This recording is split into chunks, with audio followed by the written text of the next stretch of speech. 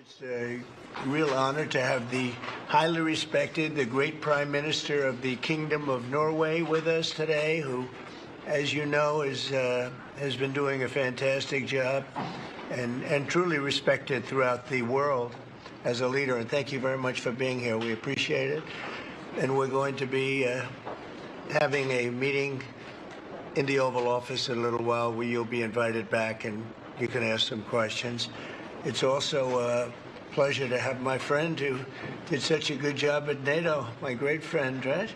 So you really did. We started off, they had no money, and they ended up having a lot of money after we said, you got to pay up.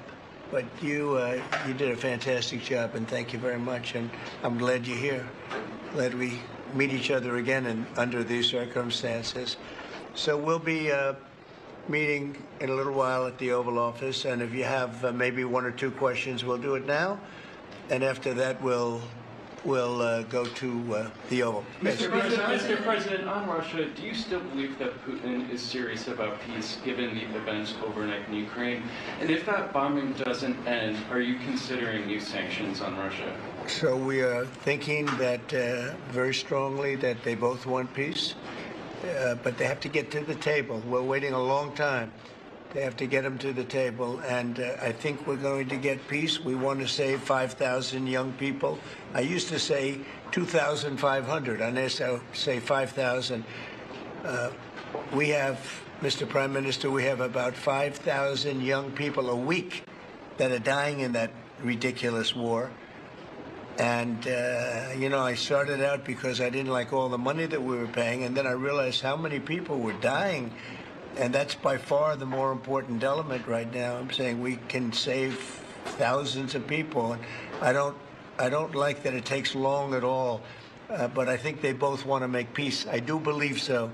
There's a lot of hatred there. There's a lot of very bad blood, a lot of distrust, but I think I hope we're going to get there for the sake of a lot of young people that are dying. Mr. President, do you have a deadline for when the party... I have my own deadline. And we want it to be fast, and the Prime Minister is helping us. He wants it to be fast, too. And I think everybody in this, you know, at this time in NATO, they want to see this thing happen. So we have a deadline, and after that, we're going to have a very much different attitude. But I think that has a very good chance of getting done.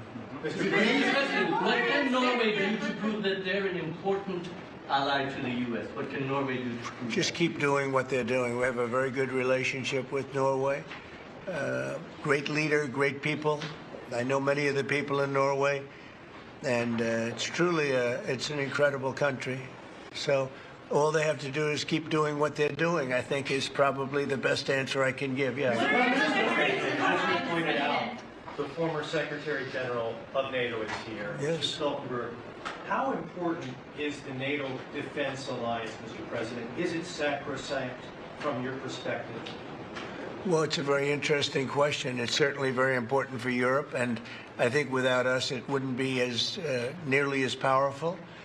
And as the former Secretary General, who did a great job, can tell you, I played when I was there a very big role in making sure that NATO is funded by the 28. At that time, they had 28 countries, including us, because many of the countries weren't paid, and they ended up being paid, you would say, and the Secretary General was very nice about it. As far as I was concerned, other presidents went in, they made a speech, and they left, and that kept going on. And, you know, in the meantime, they had no money, and the United States was paying far more than its fair share. You could say that they were paying, I actually said sometimes it looked like 100%, and it was unfair. And the two of us worked very well together, and we took care of the situation. There are some... Mr. President, Yeah, please, go ahead. Norwegian statistics are showing that the U.S. actually has a trade surplus with Norway. Are you going to be looking into that and see which of the countries are actually in a trade surplus? Yeah, well, with the United States, almost everybody has a surplus. but not in It's really an in amazing, numbers. it's an amazing phenomenon. No, there's a surplus of a couple of $1 billion I think you have with us. I congratulate you. That's very good. We got to get a little bit of that for ourselves, maybe. But they do have a surplus. Norway has a surplus. Mr. President, in the current tariff situation, analysts have pointed out that the U.S. actually need allies.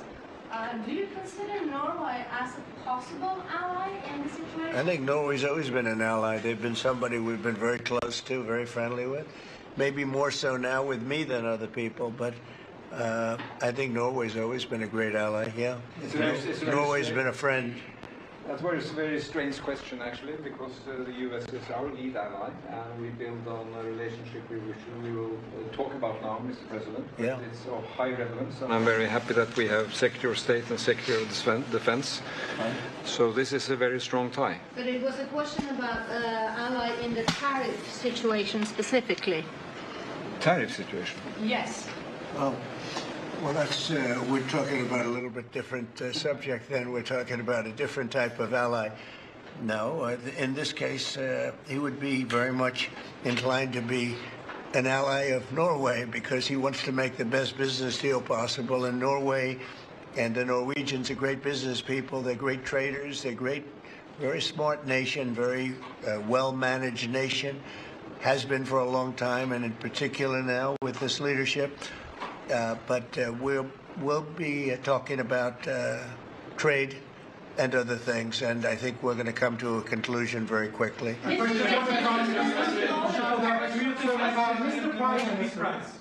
Prime Minister, I was wondering whether you think that Donald Trump, for his effort in Ukraine and otherwise, deserves to be nominated for a Nobel Peace Prize.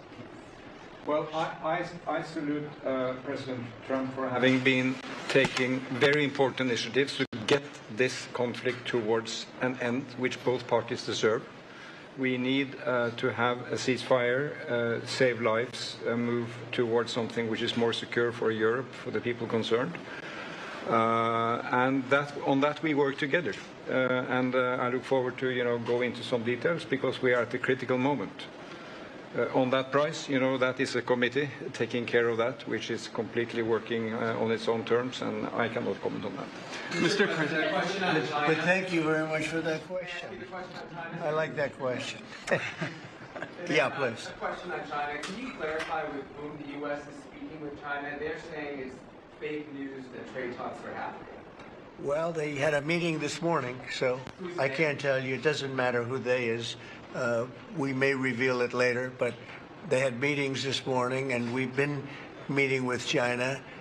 And so I think you have, Jeff, as usual, I think you have your reporting wrong. Thank you very much. We'll see you. We'll see you inside. Thank you.